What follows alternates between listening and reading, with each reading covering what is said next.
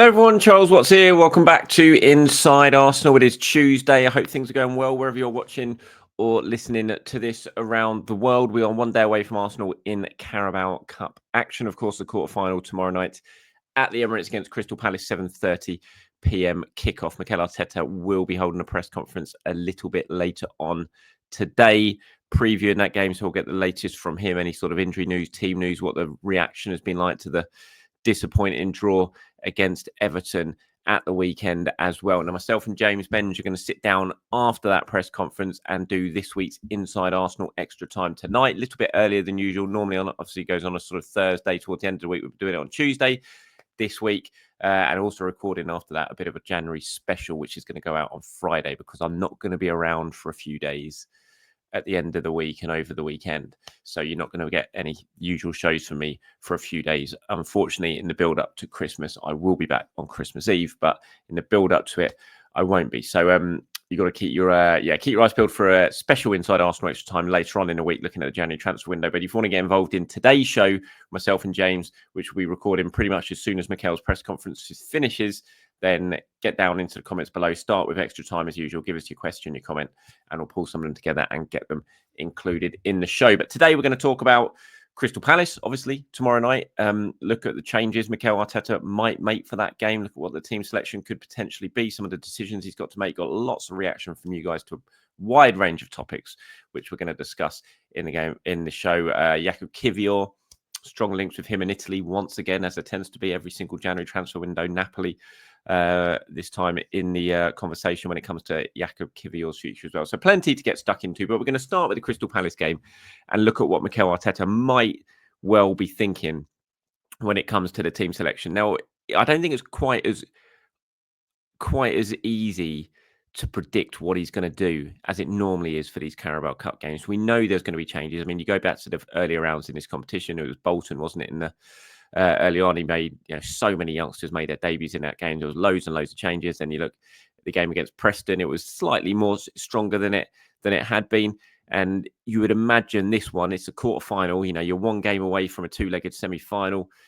You're going to go relatively strong. I don't think you're in a position, if you're Mikel Arteta, to really rotate too much. You will make changes, but I don't think it's going to be wholesale changes. I think it'll be quite a strong team tomorrow night. But you're looking at the ones who could potentially come in. Raheem Sterling, for example. We're finally going to see Raheem Sterling get some minutes on Wednesday night. You would think probably if he doesn't get any minutes tomorrow night, then he's just never going to get any minutes. Gabriel Jesus, players like that, Jakub Kiwor, who we spoke about, and with the transfer links that are going on as well. Jorginho, could Thomas Partey play in this game, given he didn't start at the weekend? There's lots of stuff for Mikel to consider. But I mean, it's such a crucial game. It really, really is. Arsenal have to attack this competition. This is a real chance to win some silverware.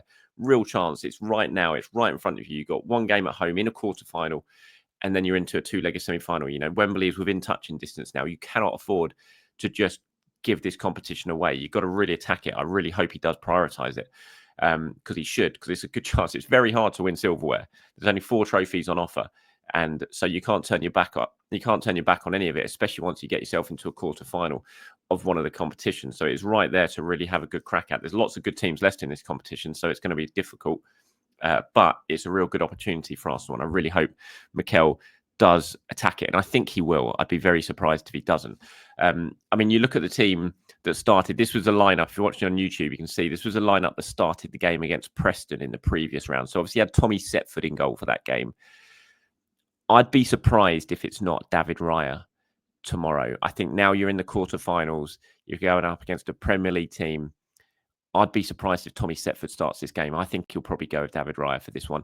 Obviously, the back four against Preston was strong. When you look at that, Timber, Saliba, Kiwior, Zinchenko, it probably won't be that far off being that against Palace. I think Timber will probably be rested as he started at the weekend. It wouldn't surprise me if Thomas Partey's at right back for this game.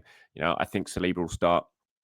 I think Kiwior will probably start again. Obviously, Gabriel came in at the weekend, but I think Kiwior will play. Left back's a decision to make. Obviously, I think probably go with Miles Lewis-Skelly for this one as well. So you're going to have a relatively strong, you're very close to being your Premier League defence for this game. Midfield, I think Jorginho will play. I'd be very surprised. Declan Rice obviously went off with what Mikel described as an injury at the game against Everton in midweek. So I'd imagine Jorginho comes in and plays in midfield in that game. Then you've got a decision to make in terms of what you do. Yves Wanyeri will definitely play as on the right. I'm sure he will. I'd be stunned if he didn't. He's obviously had a really strong competition so far in the Carabao Cup. Scored twice in the game against Bolton. Scored against Preston as well in the last round. I think he'll continue probably ahead of Jorginho. And then you've got Merino's probably a decent shout playing there. And then up front will be interesting. I think Jesus will definitely start as a 9. Probably Trossard on the left, and then I reckon Sterling on the right. But the big guns will be on the bench. You'll definitely have the likes of Saka, Havertz, and those sort of players will be on the substitutes bench for that. So I think it'll be a strong team. There'll definitely be changes, but I think it'll be a strong team, and I think it won't be too far off what we saw in the game against Preston last time out. ZPS best profile name here has got in touch, and he says he wants to see a strong team against Palace. His team would be Lewis Skelly, Kiwior, Saliba, and Timber. Jorginho playing behind Wanyeri and Merino, and then Trossard, Jesus, and Saka. The Saka one's an interesting one, I think, on that right-hand side. Because I'm saying I'm probably going to play Jesus.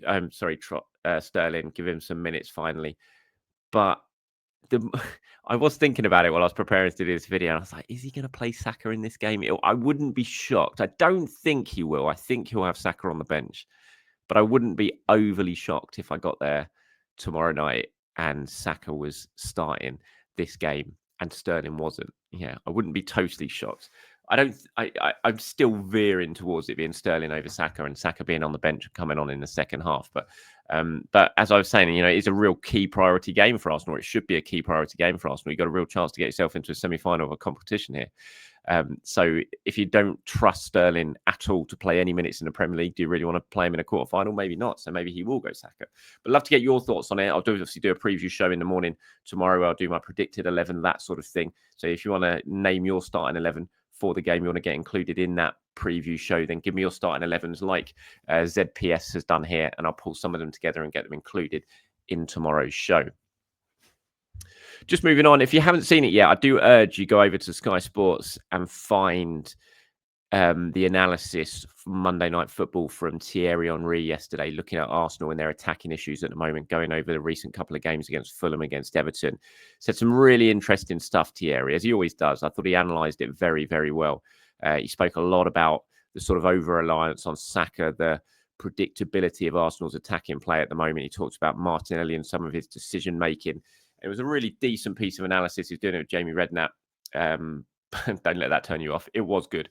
And I would urge you to go over there. He said some really good stuff, I thought, and he analysed it very, very well, going through why perhaps Arsenal are struggling to create in open play as much as they have done recently. There's some good points about Martinelli, and he did this one bit, I think it was in the game against Everton, where he had a real good opportunity to go one-on-one with his fullback, but he decided not. Actually, no, it's in the Man United game. It wasn't the Everton game. It was in the Man United game when he had Dalot one-on-one, and he had a real chance to attack the space and drive at Dalot, but instead he ended up going backwards and ended up within 5 seconds, he was on the halfway line. So he'd gone from a one-on-one position to the halfway line in the space of 10 seconds, and the chance had gone. It was really good analysis, I thought, from Henry. He's very, very good when he does that stuff in the studio. So if you haven't seen it yet, I do urge you to go and have a look at it. You can find it on our Sky Sports social channels or on their website as well. It was good stuff from the Arsenal man. Just moving on, the transfer rumours doing the rounds as we head towards January. Jakub Kiwor, who is just serially linked with moves to Italy. We know that Italian clubs have been very, very keen to take him back to Serie A, basically since he arrived at Arsenal a couple of years ago. Napoli, very, very interested now, according to reports in Italy, which also suggests that Kiwior, for the first time really, has decided that he would actually want to do this move and leave Arsenal in January. It's not something that I've been able to confirm yet. So we'll see if that does, if there sort of confirmation of that does come. It's tough though, isn't it? Because I think on the face of it, I think now you'd look at it and think Arsenal got plenty in defence, then you would let him go. But because of all the injuries, they actually don't have that much in defence now. And Kiwior is being called upon pretty regularly at the moment. So could you afford to let him go? And I think the reports out of Italy again are that it's for an initial loan deal. I just don't think Arsenal are in a position, especially as they haven't told us the full extent of Tomiyasu and Ben White's injury and when they could all be back. I'm not sure Arsenal are in a position to let any defenders go in January. I think the time is coming that Kiwior will be allowed to go back to Italy. But I'm just not sure, due to the injury issues Arsenal have got in in defence at the moment, this would be the perfect time for it. I think maybe in the summer would be the better time. We'll wait and see what happens. But it seems certainly suggesting from the reports out of Italy anyway that Napoli are going to come knocking in January, and that will leave Arsenal with a decision to make when it comes to the Polish defender. Let me know your thoughts on it. Do you think he should go in January? Do you think Arsenal should let him go? Or do you, like me, think just because of the injury issues they've got at the moment and the minutes that Kiwior has been having to play, it doesn't make too much sense to allow him to go halfway through the season? Let me know your thoughts on that in the comments below. Moving on to some of your comments now. Thank you, as always, for getting in touch. Lots and lots of you were getting in touch in yesterday's show. You can see there's an awful lot of anger and frustration in the comments about what's going on at Arsenal right now. I do think, though, it's not been fun. It's not been a good week, but it is only 2 draws. You know, I get it. I know how emotional football is, but it just does feel like some of the reaction has been a little bit over the top. It's not like the season is over yet. Arsenal is still 3rd in the Premier League, the 3rd in the Champions League. They're in the Cup quarter-final. You know, it's not disaster. Yeah, I know there's definitely room for improvement, and Arsenal can't continue to play the way they're playing at the moment if they want to achieve what we all want them to achieve this season. But there's still an opportunity for them this summer. But anyway, lots of you get in touch. The pundit here says, if you do something big in January, you have a mental edge over your competitors. Imagine City buying Bruno Guimaraes and Barella in January. All of a sudden, they scare you. We can make a statement in January and get that mental edge over Liverpool. Just get Osimhen or Isak in January. That wins you a trophy. It would be literally, well, I don't want to say impossible because I suppose nothing's impossible, but no one's getting Alexander Isak out of Newcastle in January. It's just, you'd have to offer 200 million probably to tempt them into doing business. I just cannot see a way that Newcastle, halfway through the season with a player that they've got nearly 4 years left on contract, would be letting him go to a rival halfway through a season. I know it sounds simplistic to say go and get Isak. And you all know that I want Arsenal to sign Isak. He's my number 1 pick. But in January, I just can't see it's a possibility. I really, really can't. Osimhen obviously is a possibility because of the agreement that he's got with Napoli and the release clause and the fact he's on loan at Galatasaray at the moment. So that is an opportunity. There is an opportunity there. But there's been an opportunity to sign Osimhen for the last few windows, and Arsenal and everyone else has resisted the urge to do that. Do current circumstances change Arsenal's thinking on that and decide, well, he's there, he's available potentially with a release clause, we could go and do it?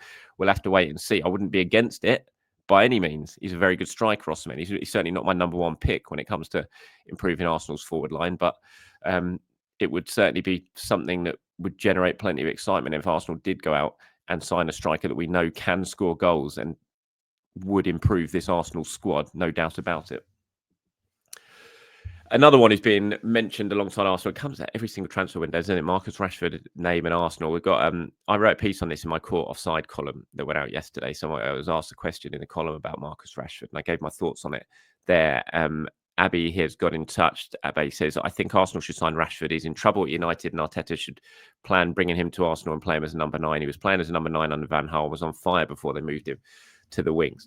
The thing with Rashford, it just feels like an even more expensive gamble than Raheem Sterling. You're basically signing a player. You'd be signing a player who would be one of your rivals would be willing to give to you, which is always a dodgy sign.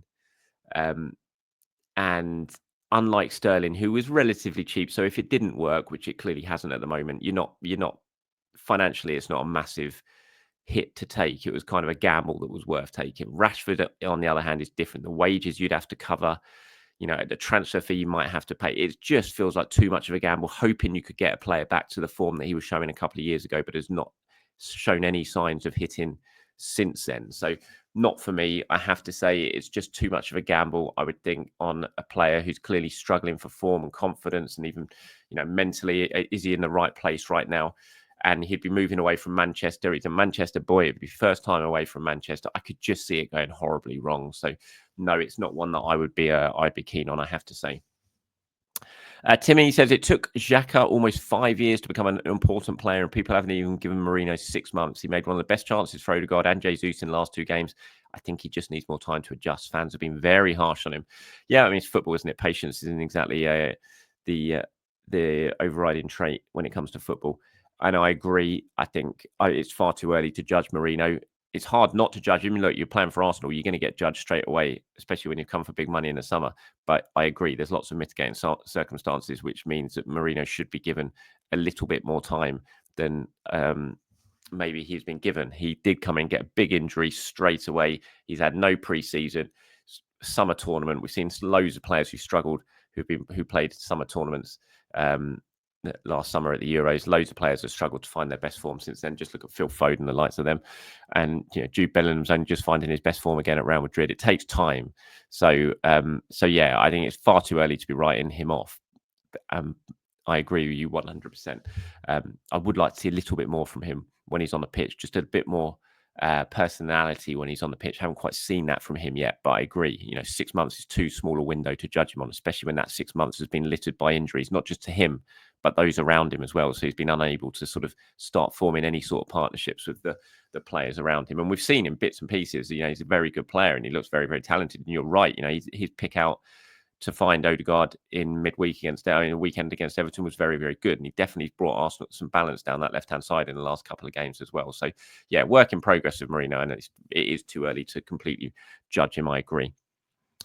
Aaron says, hi, Charles. I think we should sign loan Gula from Madrid to support Odegaard Manieri in January. Obviously, the player has been linked with Arsenal. Also, we should buy Semenyo from Bournemouth. He can play both wings, make left wing position his own long term. Martinelli can then be the alternative to Havertz until we try for Isak in the summer. Lots and lots of people have been saying to me, Semenyo, but Bournemouth is a player that they should be targeting. I think he's an Arsenal fan as well, isn't he? Having a very good season, obviously, really talented player.